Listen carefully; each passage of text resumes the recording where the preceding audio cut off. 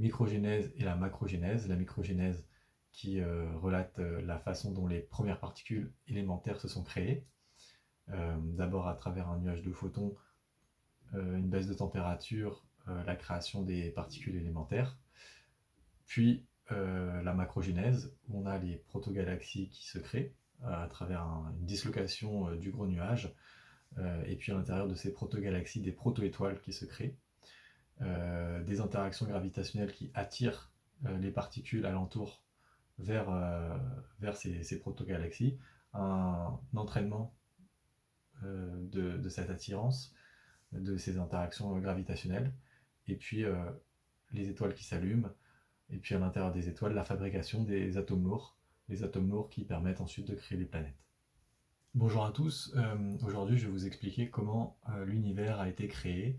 Donc là-dessus je vais me baser sur l'écriture du livre de la méthode d'Edgar Morin, qui prend l'exemple, qui a besoin pour étayer son livre, d'expliquer comment l'univers a été formé, donc de parler de ce qu'on appelle la cosmogénèse. Alors la cosmogénèse, ça a commencé par un nuage de photons qui a surgi à une température extrêmement élevée, donc 10 puissance 11 degrés Kelvin, c'est inimaginable pour un être humain. Au moment où la température a commencé à baisser dans ce nuage de photons, on a les premières particules élémentaires qui ont commencé à être créées. Donc on a eu des électrons, des neutrons, des protons et des neutrinos. Une fois ces petites particules créées, donc vu qu'il y avait une chaleur très intense au sein de ce nuage, il y a eu beaucoup de collisions entre ces particules. Donc là en l'occurrence il y avait une agitation extrêmement forte, donc beaucoup de collisions. Ces collisions entre particules élémentaires ont permis de créer les premiers noyaux d'atomes. Donc les premiers noyaux d'atomes d'hélium, de deutérium et d'hydrogène. Donc ça c'est la phase de microgénèse. Ensuite, on passe à la phase de macrogénèse, là où on va avoir des particules un petit peu plus complexes qui se sont créées. En fait, au sein de ce nuage, maintenant constitué de particules élémentaires, on va avoir des turbulences qui vont apparaître. Les turbulences vont créer de l'agitation et vont commencer à faire que le nuage va se disloquer. Cette dislocation va amener à créer des amas de particules, et ces particules, donc ces amas de particules, denses, par les forces gravitationnelles, vont attirer de plus en plus de particules à elles, et donc créer une densité encore plus forte qui va amener encore plus de particules à rallier le nuage.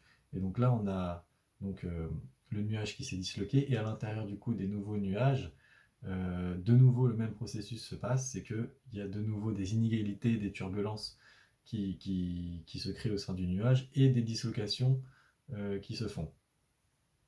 Donc on a plusieurs nuages de protons, d'électrons, neutrinos, neutrons qui sont créés. Donc on voit, d'après Edgar Morin, ce qu'on observe, c'est que le processus schismatique, donc le processus de dislocation et de création d'îlots de nuages, est à la base du processus morphogénétique, donc à la base du processus de création, de mise en forme de l'univers. Ces amas de particules, on va appeler ça donc des protogalaxies.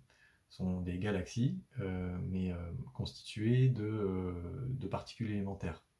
Et au sein de ces protogalaxies, on va également avoir des rassemblements de particules qui vont créer donc des protoétoiles, donc des étoiles pas encore formées, mais on voit donc des amas de particules élémentaires qui, en ce regroupement, vont attirer également à elles un grand nombre de particules qui les entourent et qui sont sujettes à ces interactions gravitationnelles, à ces forces gravitationnelles. De nouveau, donc on a un accroissement de la densité qui fait que la densité s'accroît et continue de s'accroître, et donc attire de nouveau à elle de nouvelles particules, et la densité s'accroît et attire à elle de nouvelles particules, jusqu'à ce que la densité soit tellement forte qu'on ait des réactions thermonucléaires en chaîne, qui ferait que normalement on devrait avoir une explosion, comme dans une bombe à hydrogène.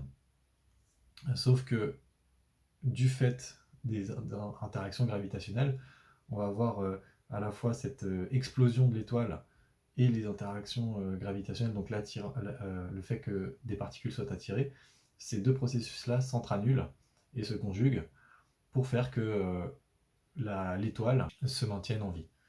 Et donc là, on a le début de la vie de l'étoile. Donc l'étoile, à ce moment-là, s'allume. Et au sein des étoiles, donc la chaleur est tellement intense et on a tellement d'interactions entre les particules élémentaires, dans le cœur des étoiles, hein, je parle, euh, qu'on va avoir la possibilité de voir apparaître la création d'atomes lourds, d'atomes plus complexes, comme par exemple la création de l'atome de carbone, qui implique la collision entre trois noyaux d'hélium. Donc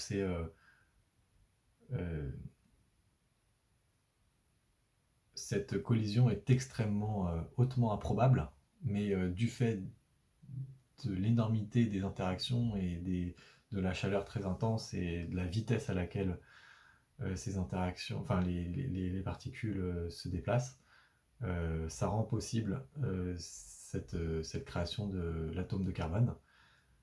L'atome de carbone, et ces atomes lourds sont ensuite à la base de la création des planètes, comme la planète Terre par exemple. Voilà pour cette petite vidéo sur la cosmogénèse. Donc voilà, on a la microgénèse et la macrogénèse. La microgénèse qui relate la façon dont les premières particules élémentaires se sont créées. D'abord à travers un nuage de photons, une baisse de température, la création des particules élémentaires.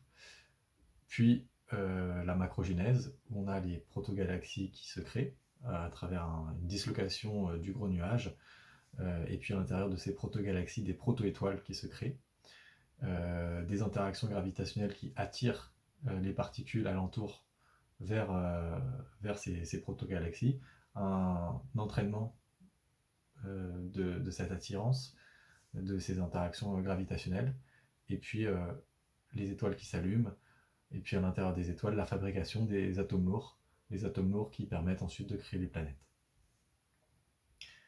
Voilà, je vous souhaite une bonne journée ou une bonne soirée. Au revoir.